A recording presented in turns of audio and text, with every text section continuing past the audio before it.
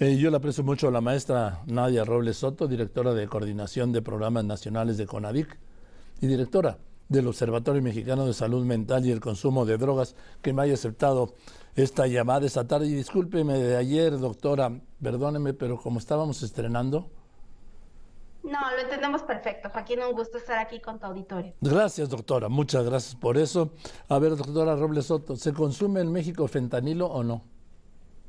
Sí, tenemos identificados casos de consumo. Es un consumo que identificamos está localizado en ciertos lugares del país, especialmente en la frontera. Debo decir que en los estados de Baja California, Sonora, Chihuahua, pero es muy característico que es en lugares muy concretos. Es decir, si hablo de los estados, no puedo hablar de todo el estado. Es un fenómeno muy particular que hemos identificado en algunas ciudades y específicamente en algunas localidades de ciertas ciudades. Bueno, pues eso da una ventaja porque se puede atender. Si está focalizado así, se puede atender rápidamente y eficazmente.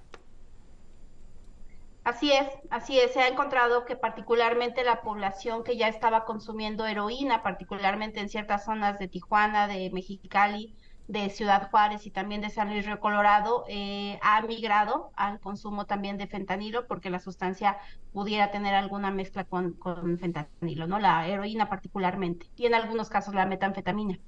Que ya viene con una, vamos, cocinada pues o preparada o mezclada con el fentanilo.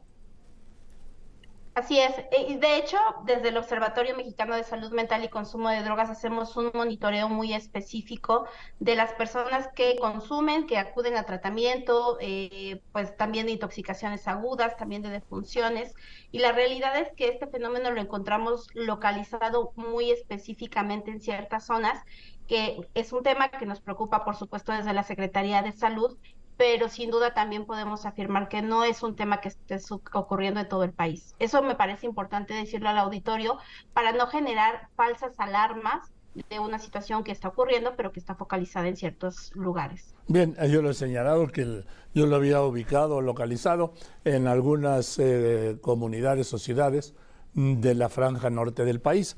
Usted me lo confirma: Mexicali, Tijuana, San Luis Río Colorado, Ciudad Juárez. Pero de ahí se corre el riesgo de que si no se atiende y no se contiene, doctora, se extienda. Exacto, sí, es totalmente correcto. Justamente por eso desde la Comisión Nacional contra las Adicciones hemos estado atendiendo específicamente el tema en esas localidades. Hemos tenido un acercamiento muy importante, Joaquín, esto es importante decirlo, colaborando con organizaciones de la sociedad civil que son quienes entran en un contacto directo con los grupos de personas. Se les llama inadecuadamente grupos ocultos, pero no están ocultos, están ahí, particularmente en zonas como el río Tijuana o la zona fronteriza de Mexicali. Podemos ver personas que viven en hoteles abandonados, que viven en situación de calle, y bueno, estas organizaciones tienen más facilidad en el acceso a estos grupos de personas que no son el usuario regular de sustancias que llega a un servicio de salud. Si bien desde la Secretaría tenemos toda una oferta de centros públicos y centros privados que están reconocidos por la CONADIC, este usuario en particular no es el que llega a solicitar tratamiento. Aquí me acuerdo apenas hace un mes, sí, el 10 de febrero, el doctor Carlos Galicia, que usted por supuesto conoce muy bien, indicó que había un subregistro de muertes por fentanilo en México. Sí, identificamos que puede haberlo porque en hospitales y en servicios de urgencias se registra el uso de este tipo de sustancias como un grupo.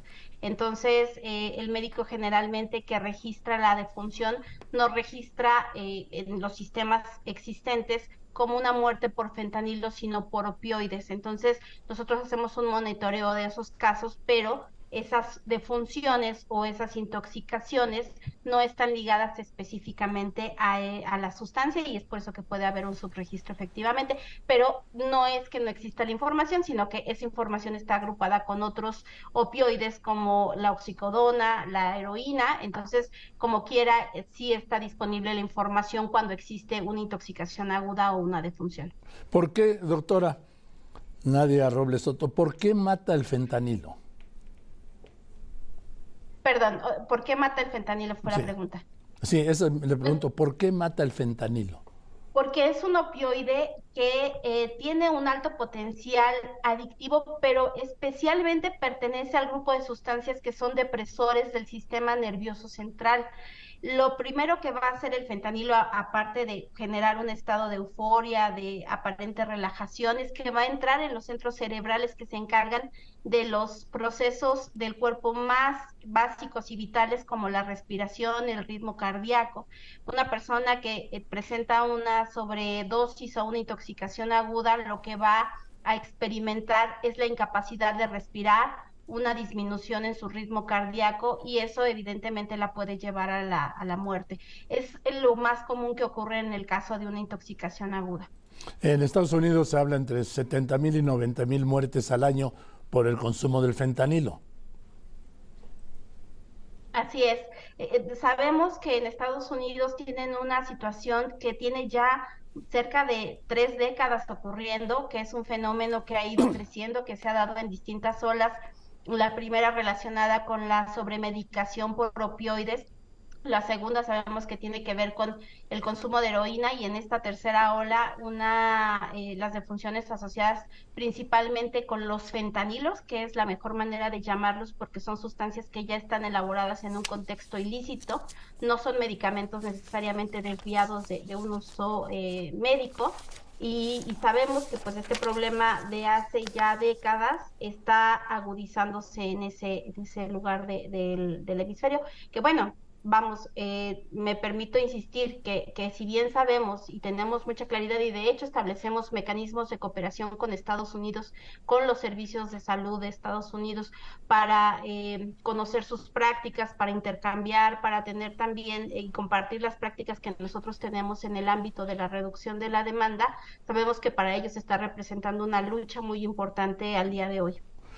Bien, doctora, pues le aprecio mucho que me haya contestado esta tarde. Seguiremos con este tema porque así como ocurrió en México en los años 70, principios de los 80, no era un gran país consumidor de droga, quitando la marihuana. México en realidad era un país productor y de tránsito.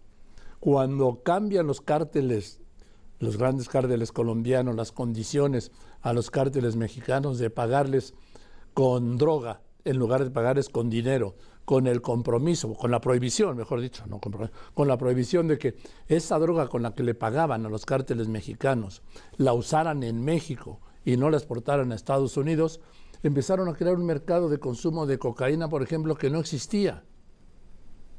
Entonces se corre el riesgo, y esto se desatendió. ¿Por qué se desatendió en los años 80 y 90? Porque seguía repitiendo el gobierno lo mismo. No, y mirando para otro lado. No, en México no hay problema de consumo. México sigue siendo un país de producción y tránsito. Mientras se creaba el mercado de consumo de cocaína de mayor crecimiento en el mundo. No podemos permitir que eso pase con el fentanilo por las reacciones de muerte. Por eso me refiero y por eso yo creo que hay que entenderlo desde este momento, desde ahora, desde ayer, doctora. Así es, efectivamente, y tenemos la preocupación, Joaquín, y genuinamente lo que más nos importa, porque una sola vida que se pierda por una sustancia tiene bastante valor para nosotros, no necesita crecer a miles de personas para que sea relevante. Sin embargo, también debo de decir que este crecimiento que se ha visto en el consumo de sustancias psicoactivas, en el día a día que nosotros lo estudiamos, el fenómeno, todos los días que venimos a trabajar acá, lo que vemos es que la población en general lo que hace es experimentar.